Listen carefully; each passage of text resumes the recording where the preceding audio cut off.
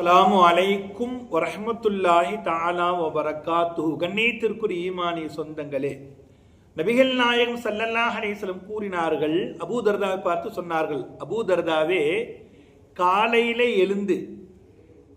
எழுந்து சென்று குர்ஆனிலிருந்து ஒரு வரிகளவோ அல்லது ஒரு பக்கத்தையோ கற்றுக்கொள்வது அன்து சல்லிய மிஅத்து ரக்அத்தின் 100 ரக்காத்துக்கு நஃபில் தொழுவதை விட சிறந்தது என்பதாக நபிகள் நாயகம் ஸல்லல்லாஹு அலைஹி வஸல்லம் கூறினார்கள். அடுத்து சொன்னார்கள், அபூ தர்தாவே, காலையிலே எழுந்து சென்று மார்க்கத்திலிருந்து ஒரு பாடத்தை கற்றுக்கொள்வது, ஷரியத் சம்பந்தப்பட்ட, மார்க்கம் சம்பந்தப்பட்ட, தீன் சம்பந்தப்பட்ட, இஸ்லாம் சம்பந்தப்பட்ட ஒரு பாடத்தை கற்றுக்கொண்டு அந்த நேரத்தில் அமல் செய்தாலும் சரி, அமல் செய்யாமல் பிறகு செய்தாலும் சரி, அல்லாஹ் ரப்புல் ஆலமீன் அந்த மனிதனுக்கு அன்து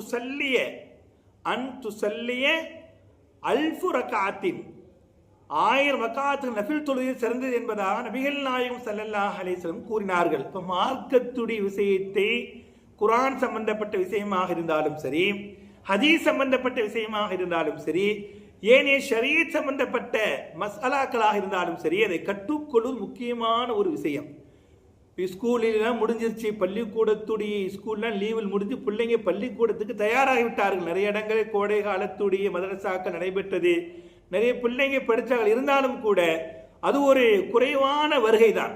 இன்னும் வருகின்ற காலகட்டத்தில் அதிகமான பிள்ளைகள் மார்க்கம் சம்பந்தப்பட்ட, ஷரீஅத் சம்பந்தப்பட்ட விஷயத்தை அறிந்து கொள்ளும் முக்கியமான விஷயமாக இருப்பது என்பதை கவனத்தில் கொள்ள வேண்டும். அல்லாஹ் ரப்பல் ஆலமீன் நம்முடைய இளம் சிறார்களுக்கு, வாலிபர்களுக்கு, முக்கியமாக பள்ளிக்கூடத்தில் படிக்கிற பிள்ளைகளுக்கு தீனை கற்றுக்கொள்கின்ற, தீனை விளங்கிக் கொள்கின்ற, தீனை புரிந்து கொள்கின்ற ஆற்றலையும் மன எண்ண ஓட்டத்தையும் அல்லாஹ் தருவானாக. அஸ்ஸலாமு அலைக்கும் வரஹ்மத்துல்லாஹி தஆலா வபரகாத்துஹு.